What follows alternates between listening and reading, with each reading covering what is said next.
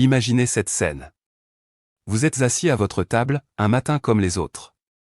Votre café est chaud, la lumière entre doucement par la fenêtre.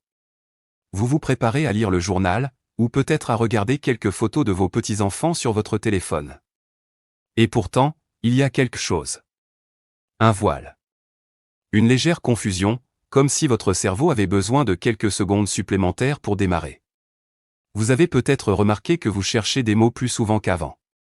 Des mots simples, des noms que vous connaissez depuis toujours, qui semblent soudainement vous échapper au moment où vous en avez besoin. Vous vous dites peut-être que c'est la fatigue, ou simplement l'âge qui avance. Et vous passez à autre chose, sans y penser davantage. Ou peut-être que c'est différent pour vous. Peut-être que ce sont vos humeurs. Des journées où vous vous sentez inexplicablement triste, ou irritable, sans raison apparente.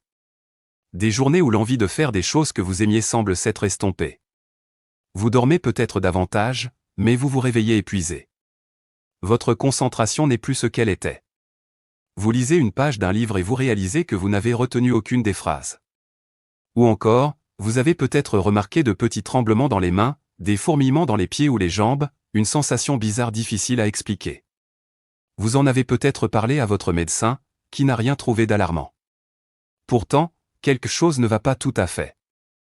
Ce que beaucoup de personnes ne savent pas, et ce que je vais vous expliquer aujourd'hui en détail, c'est que ces signes discrets, ces petits changements que l'on attribue trop facilement au vieillissement normal, peuvent parfois être le langage silencieux d'un cerveau qui manque de nutriments essentiels. Non pas parce que vous ne mangez pas, mais parce que votre corps, avec l'âge, absorbe et utilise ces nutriments différemment. Et certaines carences, même légères, peuvent avoir des effets profonds sur la façon dont votre cerveau fonctionne chaque jour. Dans ce que je vais vous partager, je vais vous présenter 4 signes souvent ignorés qui peuvent indiquer que votre cerveau ne reçoit pas les carburants dont il a besoin pour fonctionner pleinement.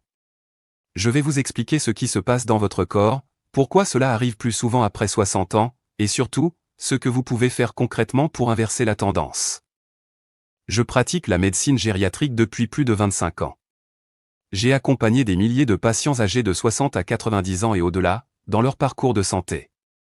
Et l'une des choses qui me frappe le plus, au fil des années, c'est la fréquence à laquelle des symptômes importants sont négligés, minimisés, ou attribués uniquement à l'âge, alors qu'ils sont en réalité le reflet d'un déséquilibre nutritionnel que l'on peut corriger. Le cerveau humain est un organe extraordinaire. Il représente environ 2% de votre poids corporel, mais il consomme à lui seul près de 20% de votre énergie totale. Il est constamment actif, même pendant votre sommeil. Et pour fonctionner correctement, il dépend d'un approvisionnement régulier et précis en vitamines, minéraux, acides gras et autres nutriments essentiels. Quand cet approvisionnement est insuffisant, même légèrement, les conséquences peuvent se faire sentir bien avant qu'une analyse sanguine détecte une anomalie clinique franche. Avec l'âge, plusieurs mécanismes entrent en jeu qui rendent cette situation plus fréquente. L'absorption intestinale de certaines vitamines diminue. La production d'acide gastrique, nécessaire pour libérer certains nutriments des aliments, s'affaiblit. L'appétit peut se réduire. Certains médicaments, souvent indispensables, peuvent interférer avec l'absorption ou le métabolisme de nutriments importants. Et parfois, l'alimentation elle-même devient moins variée ou moins riche, sans que la personne s'en rende vraiment compte. C'est pour toutes ces raisons que je souhaitais vous parler de ces 4 signes silencieux. Parce que les reconnaître est la première étape vers une action simple et bénéfique. Le premier signe dont je veux vous parler, c'est la difficulté à trouver ces mots ou les oublis fréquents de court terme. Je ne parle pas ici de la maladie d'Alzheimer ou d'une démence avancée. Je parle de ces moments où vous cherchez le mot exact que vous vouliez dire, où vous entrez dans une pièce et oubliez pourquoi, où vous n'arrivez plus à vous souvenir du nom d'une personne que vous connaissez pourtant depuis longtemps. Ce type de difficulté est souvent lié à un manque de vitamine B12. Cette vitamine joue un rôle fondamental dans le fonctionnement du système nerveux. Elle participe à la formation de la myéline, cette gaine protectrice qui entoure les fibres nerveuses et permet la transmission rapide et efficace des signaux entre les neurones. Quand la vitamine B12 vient à manquer, cette gaine se détériore progressivement, et la communication entre les cellules nerveuses ralentit. Le cerveau met plus de temps à traiter les informations, à retrouver les souvenirs, à formuler les pensées. Ce qui rend la carence en B12 particulièrement insidieuse après 60 ans, c'est qu'elle peut s'installer lentement, sur des mois ou des années, sans signe dramatique. Pourtant, ses effets sur la mémoire, la concentration et l'humeur peuvent être significatifs. Et la raison pour laquelle elle est si fréquente chez les seniors, c'est que son absorption dépend d'une protéine produite par l'estomac appelée le facteur intrinsèque. Avec l'âge, la production de cette protéine diminue, réduisant ainsi la quantité de B12 que votre corps peut assimiler, même si vous en consommez suffisamment dans votre alimentation. J'ai suivi une patiente, Madame Renard, 69 ans, professeure de piano à la retraite. Elle est venue me voir en se plaignant de ce qu'elle appelait un brouillard mental. Elle oubliait les noms de ses anciens élèves, confondait des rendez-vous, avait du mal à suivre une conversation complexe. Sa famille commençait à s'inquiéter. Après analyse, son taux de B12 était dans la limite basse de la normale, ce qui n'aurait pas alerté tout le monde. Mais compte tenu de ses symptômes, nous avons décidé de supplémenter. En 3 mois, ses troubles s'étaient considérablement améliorés. Elle m'a dit, avec un grand sourire, qu'elle avait retrouvé sa tête. Si vous vous reconnaissez dans ces symptômes, je vous encourage fortement à demander à votre médecin une dosage de la vitamine B12 et, idéalement, de l'homocystéine, un marqueur plus sensible encore d'une carence fonctionnelle en B12 et en folate. Les aliments riches en B12 comprennent les viandes, les poissons, les œufs et les produits laitiers. Pour les personnes qui suivent un régime végétarien ou végétalien, ou qui prennent certains médicaments comme la metformine ou les inhibiteurs de pompe à protons, une supplémentation peut être nécessaire. Le deuxième signe silencieux est un état de tristesse inexpliquée, d'anxiété persistante ou d'irritabilité inhabituelle. Bien sûr, les émotions sont complexes et multifactorielles. Mais ce que l'on ne dit pas assez, c'est que l'état nutritionnel du cerveau influence directement la production et l'équilibre de nos neurotransmetteurs, c'est-à-dire ces messagers chimiques comme la sérotonine, la dopamine et le GABA qui régulent notre humeur, notre anxiété, notre plaisir et notre sentiment de bien-être. Parmi les nutriments les plus directement liés à cet équilibre émotionnel, on trouve la vitamine D, le magnésium et les acides gras oméga 3. La vitamine D, souvent désignée à tort comme une simple vitamine des os, est en réalité un véritable neuromodulateur. Elle influence la synthèse de la sérotonine dans le cerveau. Or, plus de la moitié des personnes âgées en Europe présentent un déficit en vitamine D, principalement parce que la peau vieillie produit moins de vitamine D à partir de l'exposition solaire, et parce que l'alimentation seule apporte rarement des quantités suffisantes. Le magnésium, de son côté, est impliqué dans plus de 300 réactions enzymatiques dans le corps, dont beaucoup concernent le fonctionnement du système nerveux. Un manque de magnésium peut se traduire par une irritabilité accrue, des difficultés à gérer le stress, des troubles du sommeil et une susceptibilité émotionnelle plus grande. Et les oméga 3, présents notamment dans les poissons gras, jouent un rôle structurel dans les membranes des neurones et ont un effet anti-inflammatoire sur le cerveau qui peut influencer positivement l'humeur. Je pense à Monsieur Belkacem, 64 ans, ancien ingénieur, qui m'a consulté en disant qu'il ne se reconnaissait plus. Il était autrefois quelqu'un de jovial, enthousiaste, passionné par ses activités. Depuis plusieurs mois, il se sentait maussade, sans énergie pour ses loisirs, facilement agacé par des petits riens. Il n'était pas déprimé au sens clinique du terme, mais quelque chose avait changé. Son dosage de vitamine D était très bas, et son alimentation manquait de poissons et d'oléagineux. Après 3 mois de supplémentation en vitamine D et d'enrichissement de son alimentation en oméga 3, il m'a rapporté avoir retrouvé une forme d'enthousiasme qu'il pensait avoir définitivement perdu avec l'âge.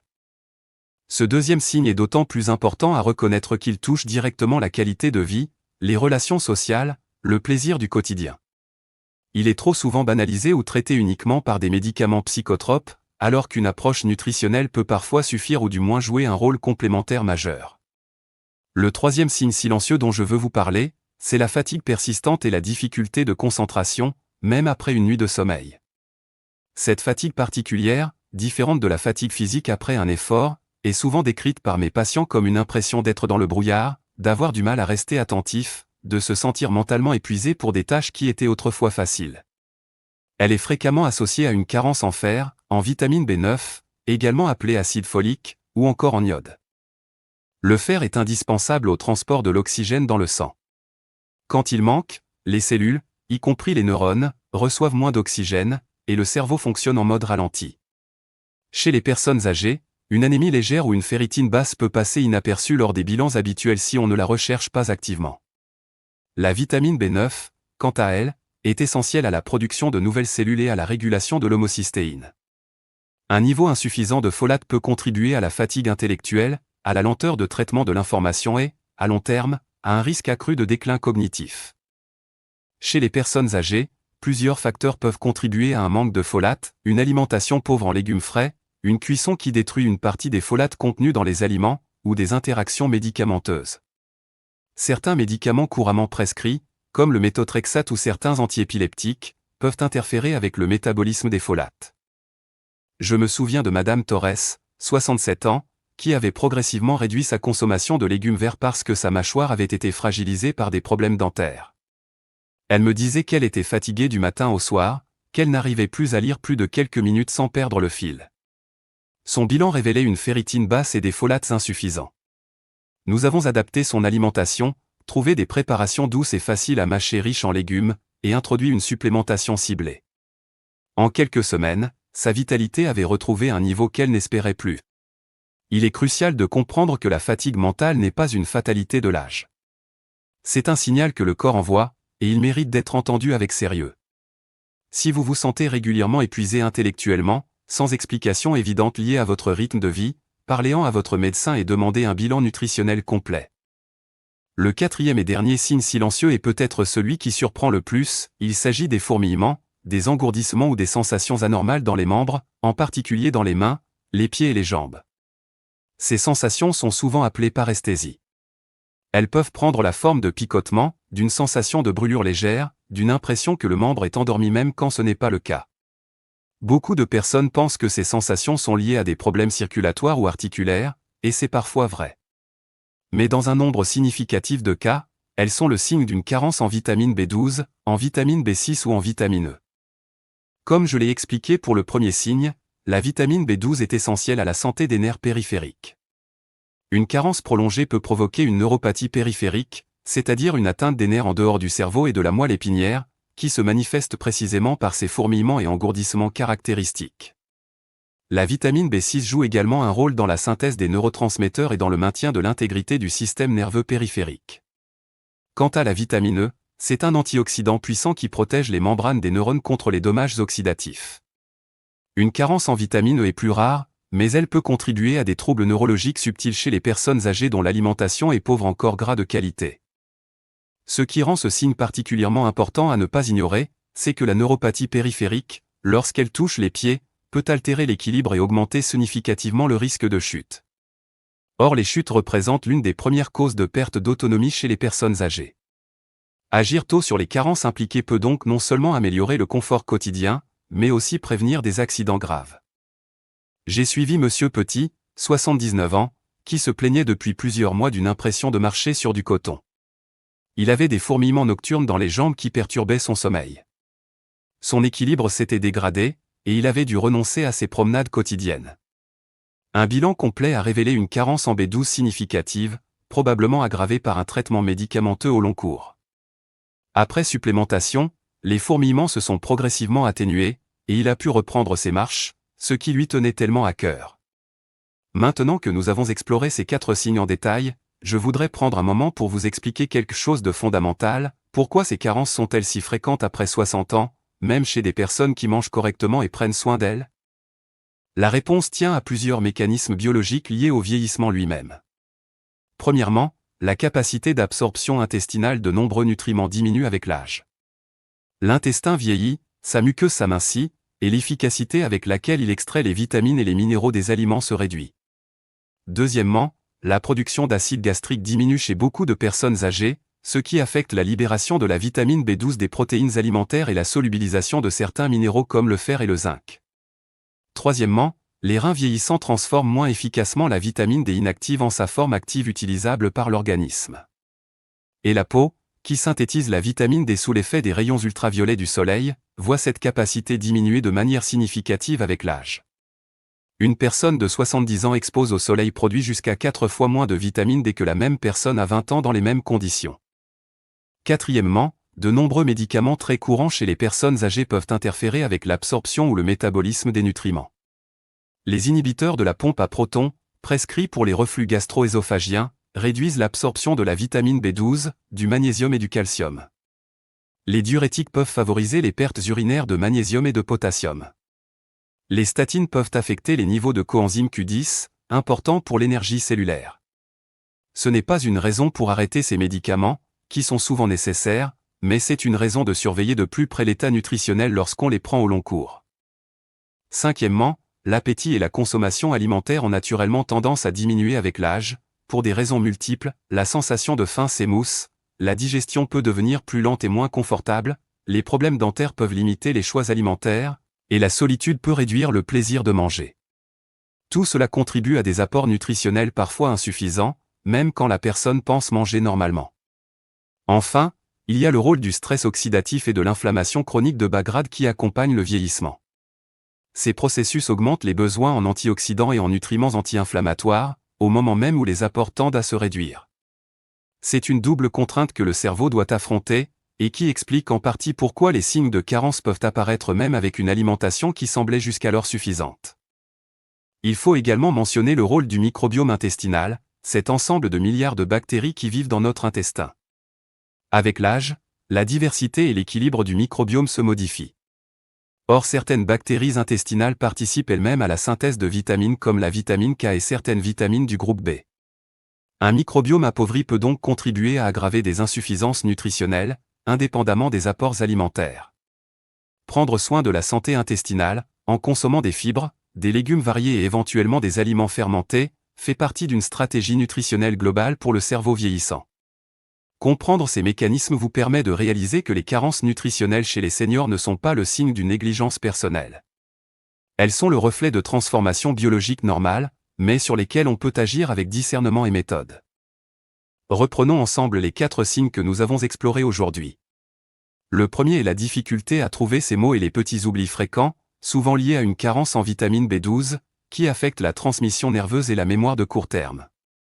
Le deuxième est la tristesse inexpliquée, l'anxiété ou l'irritabilité persistante, fréquemment associée à un manque de vitamine D, de magnésium ou des oméga 3, qui régulent notre équilibre émotionnel et la production de nos neurotransmetteurs. Le troisième est la fatigue mentale persistante et la difficulté de concentration, qui peuvent révéler une insuffisance en fer, en vitamine B9 ou en d'autres nutriments essentiels aux bonnes oxygénation et au fonctionnement optimal du cerveau. Et le quatrième est la présence de fourmillements, d'engourdissements ou de sensations anormales dans les membres, qui peuvent signaler une carence en vitamine B12, B6 ou E, avec des conséquences potentielles sur l'équilibre et la sécurité dans les déplacements quotidiens. Ces 4 signes ont en commun d'être discrets, progressifs et facilement attribués à autre chose. C'est précisément pourquoi ils restent si souvent sans réponse pendant des mois, voire des années. Mais ils ont aussi en commun d'être accessibles à une intervention nutritionnelle, qu'il s'agisse d'ajustements alimentaires, de supplémentation ciblée ou d'une révision des interactions médicamenteuses.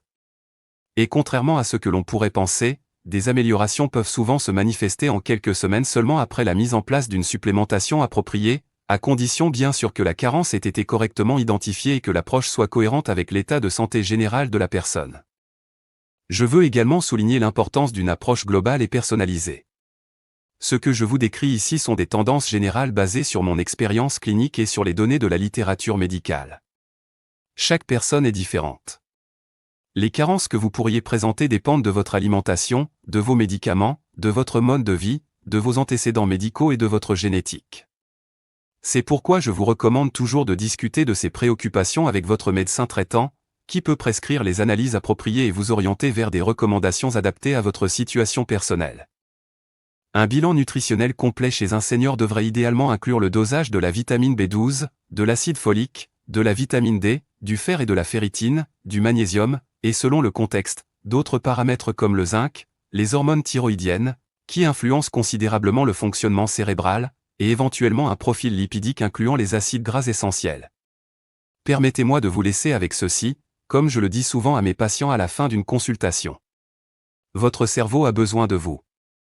Il a besoin que vous l'écoutiez lorsqu'il envoie des signaux, même discrets. Il a besoin que vous le nourrissiez avec les bons carburants.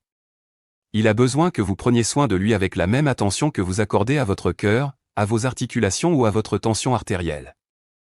Vous avez traversé des décennies de vie, d'expériences, de souvenirs, de connaissances accumulées. Votre cerveau est le gardien de tout cela. Et la bonne nouvelle, et c'est ce que j'essaie de transmettre chaque jour dans ma pratique, c'est qu'il n'est jamais trop tard pour agir positivement sur sa santé. Des ajustements simples dans l'alimentation, une supplémentation bien choisie, une attention portée aux signaux du corps peuvent faire une différence réelle et mesurable sur la qualité de vie, la clarté mentale, l'énergie et l'indépendance au quotidien. Vous méritez de vous lever le matin avec une tête claire. Vous méritez de trouver vos mots, de profiter de vos conversations, de savourer vos lectures et vos activités avec plaisir. Vous méritez de marcher avec assurance et de vous sentir en phase avec vous-même. Ces aspirations ne sont pas des luxes. Ce sont des objectifs de santé légitimes, atteignables, et qui commencent souvent par des gestes simples et durables. Et souvenez-vous que ces gestes, aussi modestes qu'ils paraissent, s'accumulent avec le temps pour produire des effets profonds sur votre vitalité, votre clarté d'esprit et votre capacité à vivre pleinement chaque journée. Prenez soin de vous, et n'oubliez pas, chaque journée est une nouvelle occasion de donner à votre cerveau ce dont il a besoin pour vous accompagner au mieux dans cette belle étape de la vie. Votre santé cérébrale mérite toute votre attention bienveillante, aujourd'hui comme demain, car un cerveau bien nourri est la fondation solide de tout ce qui rend la vie belle, riche et précieuse.